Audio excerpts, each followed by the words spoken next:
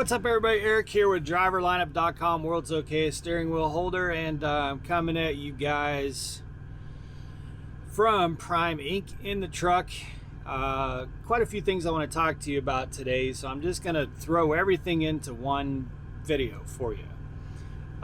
So bear with me. Some of it will be about the truck, some of it will be about trucking, some about YouTube, and I just want to give you guys a big update.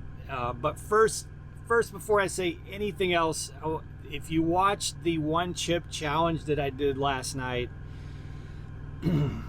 wow, that was hot as hell, you guys. The aftermath of that, go back and watch that. It's alive. It's like 50 minutes, but you can scrape forward to the when you see me start to eat the chip. Oh my God, that was so hot, so hot. I've eaten a scorpion pod before, which was hotter in terms of the punch that it packs, with how quickly it packs.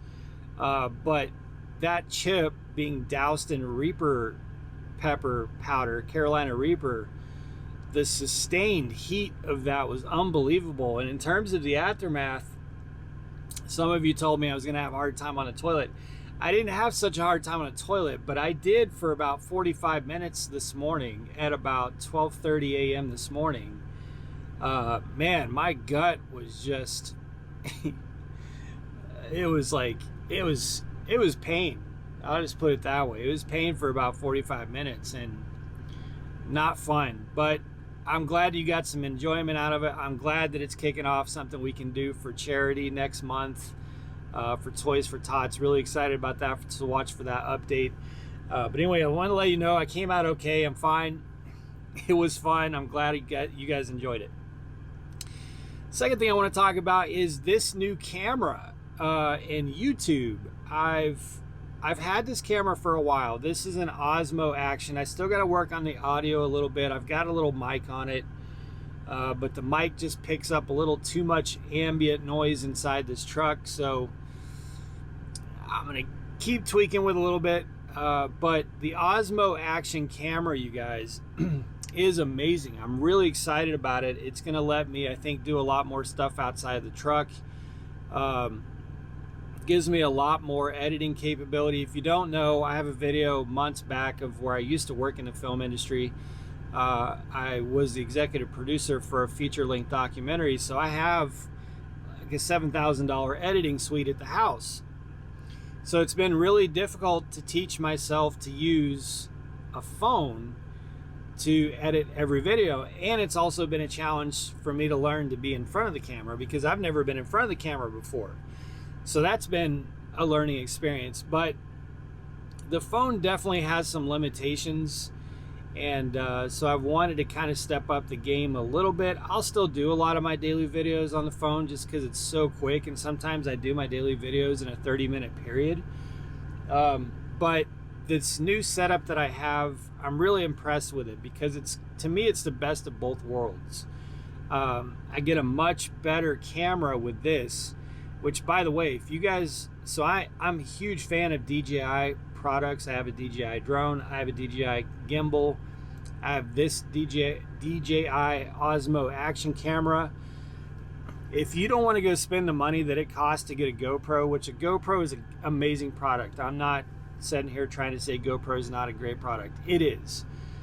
This is going to give you the same quality all around, everything you want, for about 200 bucks. And I love that, and it synchronizes and works with all my other DJI products. I love the DJI apps. I think they're great.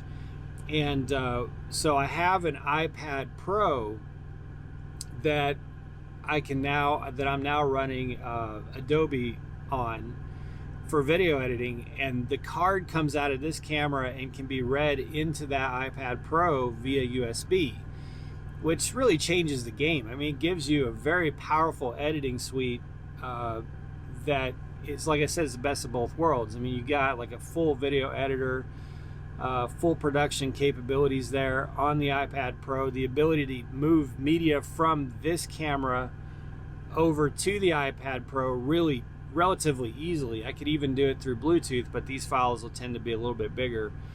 So I think I'm probably going to give you guys some time lapses and stuff like that. I really want to kind of step up the game a little bit as I can. I'm going to be very busy, of course, getting back out there and running and getting this second truck on the road here in a few weeks. Got a baby coming. I'm going to become a trainer soon. Just a lot of things going on, but I do want to start integrating some of this into it, and I look forward to rolling that out, especially now that we're coming up on our 1 year on YouTube. Be September 16th. 1 year on YouTube, and we're at like almost 3,700 subscribers as of the time of this video, which is incredible. So, you know, the YouTube game is really kind of, it's been pretty damn amazing, to be honest with you guys, to have hundreds and hundreds of videos up and to have thousands of subscribers is pretty cool. So I'm hoping to diversify the content, give you guys a little bit more of the journey, and I hope this camera will help with that. And like I said, I'll still do some iPhone videos too, just for speed when I have quick things to talk about. So that's my update for YouTube. I'm in my truck there. It is Tuesday, which is ridiculous that we're still not running. There is progress though. I believe the air leaks are resolved. The Peterbilt mobile tech guy was over here. It's holding air right now, a lot better than it was. When I got in it this morning, it was at 29 psi, which means it wasn't holding air for shit. I mean, this chair was all the way to the floor. But he came over and he found an air leak near the APU that he thinks Prime might have done when they were installing the APU. So hopefully that's resolved. The other issue is that there's not the proper amount of voltage going to the sensors in this truck, and that's what's throwing check engine lights. So they ordered a new PCI, which basically it's a control module. You know, it's the computer for the truck. Which, when he told me that on Friday, I'll be honest with you guys, I had a little bit of a panic. I did not even discuss this with Jenna because I was panicked. Because that is one of the parts that is why this truck was 7 weeks late. That's one of the parts that is damn near impossible to get right now. Basically a chip, you know, a computer for the truck. So for whatever reason, the one that finally got in this truck that allowed it to get off the manufacturer's yard and get up here to Springfield is not pushing enough voltage to like the fuel temperature sensor, etc. It's a couple, it should be 5 volts or something like that, 4.5, somewhere in there. Don't quote me on that, but it's not pushing enough, and that's throwing codes, trucks thinking that it's not sensing correctly. So anyway, I was super panicked when he told me that Friday that it was going to have to probably have a new PCI. I believe is what it's called. I may be off on some letters on that, but basically the computer for the truck. Very expensive part, and crazy that they're having to replace a brand new one. This truck has not even taken a load out. So he was over here today working on this air leak and told me that they were able to find one at a dealership up in Michigan, which is being shipped down and should be here around noon tomorrow at the latest Thursday, which means we're still stuck in Springfield for another day or two. Fortunately, now we're not making money, but fortunately Success Leasing moved our payment up. So even though this is a lease purchase and you kind of don't get that breakdown pay and all that good stuff, or you have to go fight with the manufacturer for that, Success Leasing understands that, hey, you sold me a truck, it's a great truck, but it's a truck that I can't yet run freight. I want to be paying for this truck because it's my truck. So it's not like a lease payment where I'm just pissing it to the wind. I want to be making payments, but I also want those payments to start when I can actually run freight. So Success Leasing was kind enough to put a hold on the payment, and they actually said call them when I'm able to be dispatched and get on the road. So they they're not going to start the truck payment until I can actually run with the truck. So there is that. I don't even want to call it silver lining because this is inexcusable, but at least they're not racking up payments on me while I still can't run. So that is the current status of the truck. I did bring some things over to start getting it ready. The Peterbilt guy said that I could take it home. The check engine light is not like something that they want to shut the truck down over long term. He said your fuel is not on fire or freezing. The check engine light's going to be on until they can get that new computer in here. So I could, at the very least, and may do it tonight, take the truck to the house so that we can get it fully ready to go.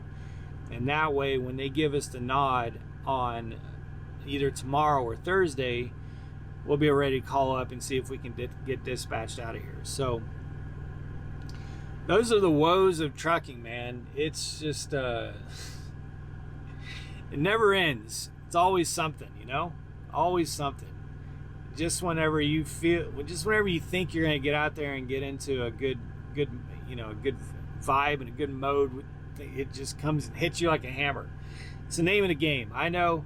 And before you Peterbilt haters start talking shit, Soggy Gore, who's out there, another Prime driver, he's in a shop right now with a brand spanking new Freightliner that was towed after one load. And it's been in shop for a week, I think. So it's just these are trucks, man. This is trucks. It just happens. So I'm just kind of glad these things are really being dealt with now versus getting out on the road. I hope the air leaks are fixed. It at least is not like losing. I'm watching it here. It's sitting at about 110 pounds parked. So I hope that it holds, and I hope when they put this new computer in here that they'll immediately be able to test the proper voltage going to the sensors, because I just can't deal with this very much longer. Anyway, that's my update for this one. I am going to make a video here in a little bit about rates. I know there's a lot of questions out there about freight, and I've got some thoughts and opinions on the matter. So I'll tell you what I think and what I know and what I'm hearing, and see where we go from there. So anyway, until next time, you guys be safe, make good decisions, and as always, drive to thrive. I'll talk to you soon.